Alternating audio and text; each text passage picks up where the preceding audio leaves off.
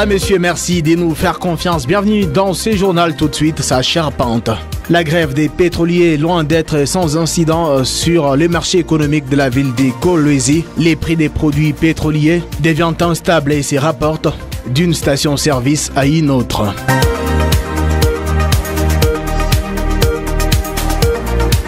Et puis Fifi Masuka Saini a entamé sa mission d'itinérance par la commune de Fungurumé. Par là, l'autorité provinciale a posé la première pierre des constructions de l'Institut technique agricole. Fini avec Fungurumé, les vice-gouverneurs et toute sa suite ont allé palper du doigt les avancées remarquables dans la chefferie des Bayeke. Madame, monsieur, voici votre sommaire, on développe tout de suite.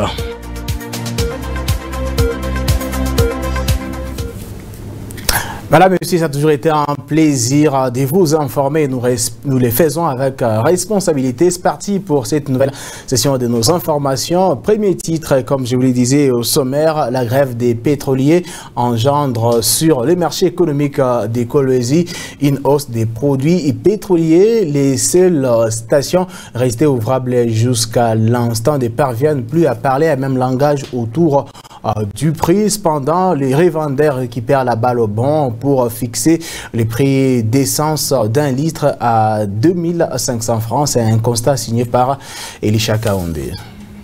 Le prix d'un litre d'essence se rapporte à une station à une autre. Cependant, la majorité met un litre à 1970 francs congolais. Chez les revendeurs, un autre prix. Un litre se négocie à 2500 francs congolais. Selon le détaillant, la structure de prix a été revue à la hausse suivant la cadence de leurs fournisseurs en produits pétroliers, qui sont les stations-service, qui ont à leur tour réajusté le prix. Nous, quand on vendait un litre à 2000 francs, c'est parce qu'on achetait aussi les carburants. Un bidon de 20 litres coûtait 37 000 francs.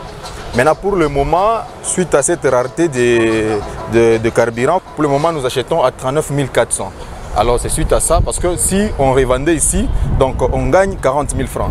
Alors vous voyez, acheter un bidon à 39 400 et gagner 40 000 francs, c'est un travail inutile. C'est pour cela que nous sommes dit aussi que nous puissions un peu majorer un petit 500 francs là-dessus, question de gagner quelque chose. Tous ces problèmes dépendent de nos stations.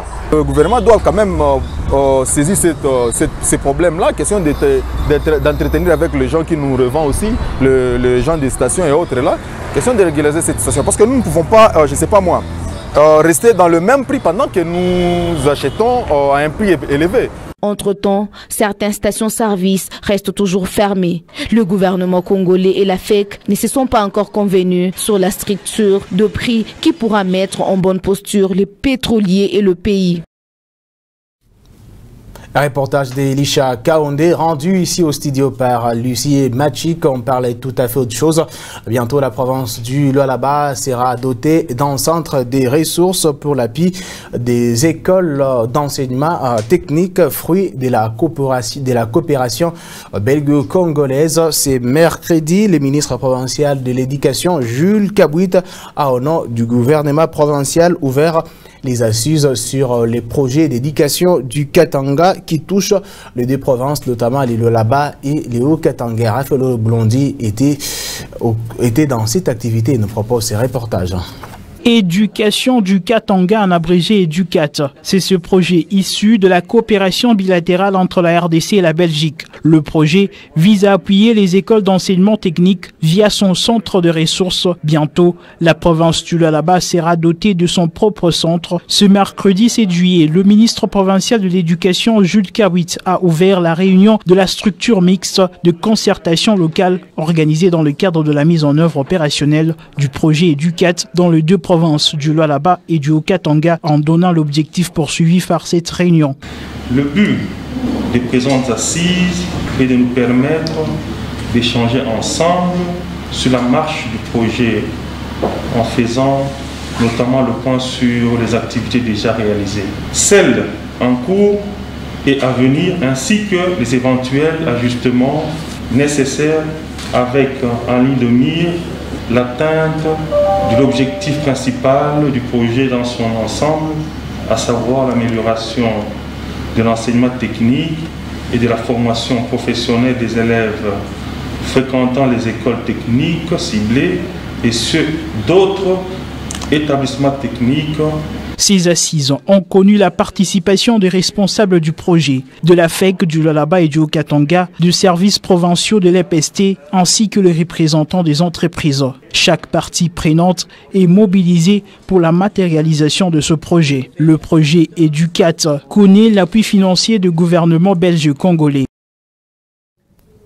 Et puis, je vous le disais, dans les titres à mission d'itinérance en commune des Fungurumé, le vice-gouverneur du Lualaba a lancé les travaux de construction de l'Institut technique agricole. C'était le mardi 6 juillet 2021. Dans la suite des Fifi Masuka, l'on a noté la présence de quelques députés provinciaux et les membres de l'exécutif provincial. Reportage avec nos confrères de la presse du gouvernorat. Province du Lualaba, dotée des infrastructures dignes de la capitale mondiale du cobalt et les chevals de bataille du gouverneur intérimaire. Fifi Masuka Seni ne cesse d'inviter ses collaborateurs à matérialiser la vision du chef de l'État, Félix-Antoine Tshisekedi Tshilombo, dans la commune rurale de Fungurumé, ce mardi 6 juillet 2021, accueilli chaleureusement par la population. L'autorité provinciale a présidé la cérémonie du lancement du projet de construction et d'aménagement de la place Mukonto au quartier Lukeka, cellule camp chantier non loin de la route nationale numéro 39 dans les territoires de Lubudi. Masuka Seni Fifi s'est fait accompagner des députés provinciaux et membres de l'exécutif provincial. Bien avant la pose de la première pierre, la femme numéro 1 de la province du Cobalt a suivi attentivement les explications du chef des chantiers sur ce que sera la matérialisation du projet. Juste après, le gouverneur Aïe du Lualaba et sa suite était au quartier d'Ipeta, cellule Kabila 2, pour donner le coup d'envoi de la construction de l'Institut technique agricole de Fungurumé, une première dans cette contrée. Masuka a encouragé les bourgmestres de Fungurumé pour l'initiative. Elle a donc émis le vœu de voir la concrétisation de ces projets le plus rapidement possible en conformité avec la maquette. Voilà, aujourd'hui nous venons, vous allez voir que ce bâtiment va vraiment transformer ces quartiers. Avoir des immeubles qui sont en train de pousser de la terre, c'est une bénédiction, c'est le changement de notre contrée, c'est le changement de la province. Un financement total de l'administration communale de Fungurumé grâce à la rédévance minière. Poursuivant sa mission d'itinérance, le vice-gouverneur Fifi Masuka Saini a été accueilli dans la chefferie d'Ebaeke par le chef Mwendam Siré Munongo. C'était à l'occasion de la présentation des engins pour le lancement des travaux de réhabilitation, mais aussi la construction des routes ainsi que les travaux agricoles de grande taille. Reportage. C'est par le coup des canons, comme l'exige la tradition, à l'arrivée des invités des marques, et la cérémonie d'inauguration d'un atelier des engins des terrassements routiers et d'agro-pastoral s'est déroulée sous les auspices du gouverneur intérimaire sur invitation du grand chef Godefroid Munongo Kaneranera. Fifi Masuka Saini a parcouru 209 km au total en compagnie du président de l'Assemblée provinciale Louis Kamouni Tombo Mataïla et des quelques membres de l'exécutif provincial dont Paulé Kalaou Kapinde, ministre intérimaire des infrastructures dans la province du Lualaba. Accueillis par une foule immense, la délégation gouvernementale et parlementaire du Lualaba ont eu d'abord droit à la présentation d'un programme quinquennal de la chefferie d'Ebaeke avant de procéder à l'étape la plus attendue du jour, qui est l'inauguration des engins, l'un après l'autre, suivi des rites.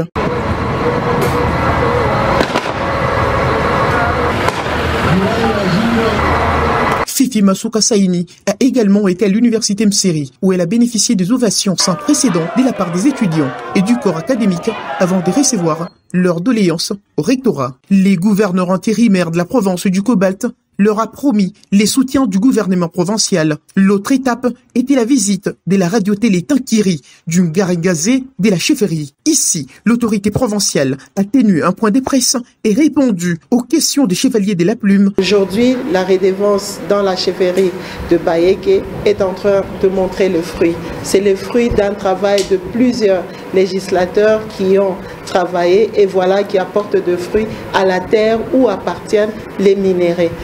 Et c'est tard dans la soirée que Fifi Masuka Saini et sa délégation ont pris chemin de retour vers les chefs-lieux de la province du Lualaba, Kolwezi. Et puis le gouverneur de l'Équateur, Boloko Bulumbu, a été déchu de ses fonctions par les députés de cette province. C'était à l'issue d'une séance plénière tenue le mardi 6 juillet 2021. 16 députés provinciaux ont voté pour la déchéance contre 6 seulement qui voulaient les maintenir. Commentaire de Francine Chansa-Mouansa. La motion de défiance contre le chef de l'exécutif provincial de l'Équateur a été l'œuvre du député Jean-Pierre Iloko. Il reprochait au gouverneur Boloko Bulumbu de plusieurs faits de mégestion. L'opinion info.cd nous renseigne que les détournements de fonds étaient destinés à l'achat de 10 jeeps pour le membre de son équipe gouvernementale et 150 000 $ mis à la disposition de la province pour la lutte contre la pandémie de Covid-19 et 1 milliard de francs congolais pour la réhabilitation et l'électrification de quelques avenues de la ville de Bandaka. Déjà au mois de novembre de l'année passée, un groupe de députés provinciaux a accusé le gouverneur d'enrichissement illicite avec des fonds destinés à la province et de neutralisation de services de sécurité dont il refuse toute collaboration. Et puis la province du Lualaba projette une conférence qui va se tenir du 9 au 10 juillet 2021 à l'occasion de la journée mondiale de la population. L'impact du code minier au Lualaba, la gestion de la pandémie à Covid-19, la conservation de l'environnement. Voilà les thèmes qui seront abordés durant ces assises de 2 jours. La communication a été faite par la direction provinciale des communications et nouvelles citoyenneté dans ses propos recueillis pour vous par Patient Parker Kabamba. Vous serez d'accord avec moi que la nouvelle citoyenneté est là rien que pour l'homme.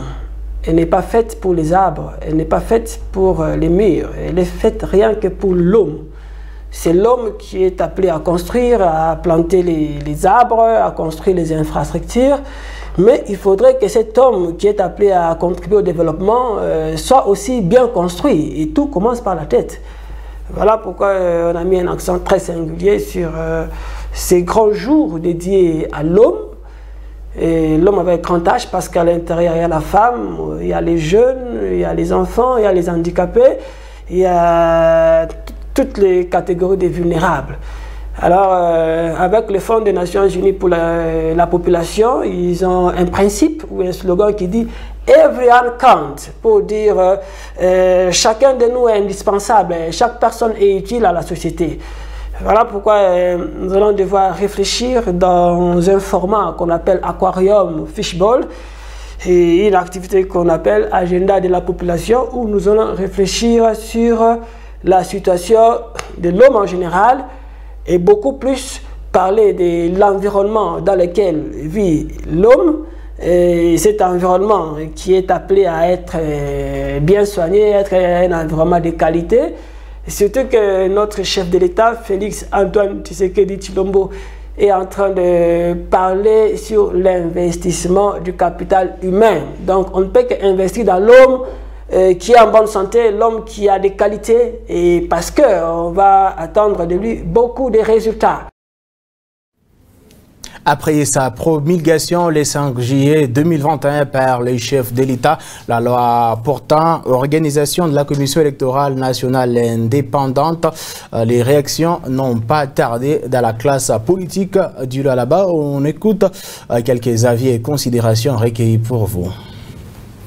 Après son adoption le 4 juin dernier à l'Assemblée nationale, le 11 juin au Sénat, le chef de l'État congolais Félix Antoine Tshisekedi Tshilombo a enfin promulgué la loi sur la réforme de la CENI. Au Lualaba, cette nouvelle est accueillie différemment. Pour Claver Malekera, cette loi renferme certaines irrégularités. Nous sommes de l'Union sacrée, mais nous n'avons pas hésité de critiquer objectivement la démarche avec laquelle on a voté et accepté cette loi. Nous pensions que c'était un passage en force parce que le contenu du texte originel proposé par Lutundula était élagué. On a changé des textes pour ajouter d'autres choses qui n'existaient au texte original. Par ailleurs, Athanas Moulilo pense que polémiquer sur cette question risquerait de faire appel au glissement. Vous voyez, nos amis de la Mouka quand même, qui doivent apprendre quand même, regarder aussi l'intérêt commun de la population. Le mieux est que laissons d'abord voir cette loi passer pour que nous arrivions en 2023 organisation des élections paisibles. Si aujourd'hui on commence par là, et demain on va dire que non, c'est la Mouka qui a fait pour que en 2023 nous ne puissions pas avoir des élections. L'ICC, dans un point de presse tenu il y a peu, avait qualifié cette promulgation d'un coup d'État de la République. Et de son côté, Martin Fayoulou Madidi, candidat malheureux aux dernières élections, exige à la Cour constitutionnelle d'annuler cette réforme. Qui vivra verra. Voilà, monsieur, parlons en page noire avant de boucler complètement ce journal. Le président haïtien Jovenel Moïse a été assassiné chez lui dans la nuit du mardi 6 au mercredi 7 juillet 2021 par un commando armé. Son épouse, quant à elle, a été blessée dans cette attaque. Le premier ministre haïtien n'a pas tardé pour déclarer un état de siège. En entretemps, les messages de soutien fusent des 4 coins du monde. Suivez.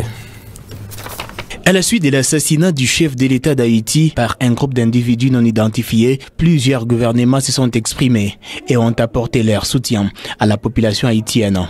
D'autres pays, comme la République dominicaine, ont rapidement mis en place des mesures pour fermer leurs frontières. Le Premier ministre haïtien, Claude Joseph, a déclaré l'état de siège, octroyant des pouvoirs renforcés à l'exécutif quelques heures après l'assassinat du président Moïse. La Maison-Blanche, quant à elle, a qualifié de terrible et de tragique l'assassinat du président haïtien. Washington se déclarant prêt à apporter de l'aide aux pays en crise. De son côté, le Premier ministre britannique Boris Johnson a dénoncé l'acte odieux qui représente l'assassinat du président haïtien Jovenel Moïse, appelant au calme.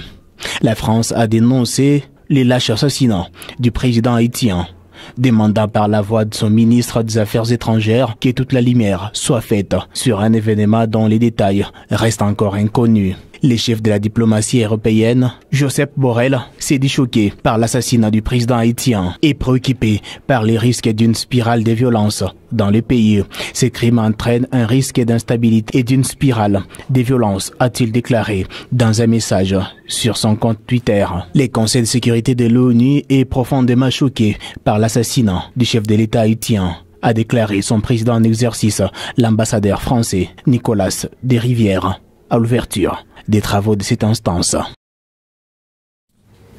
Voilà, monsieur, certaines sources affirment que l'épouse du président haïtien Jovenel Moïse vient aussi de succomber de ses blessures. Madame, monsieur, c'est par ici que nous allons mettre fin à ce journal que vous étiez en train de suivre à la maison, mais aussi sur les www.wangou.info. Je vous retrouve à la prochaine.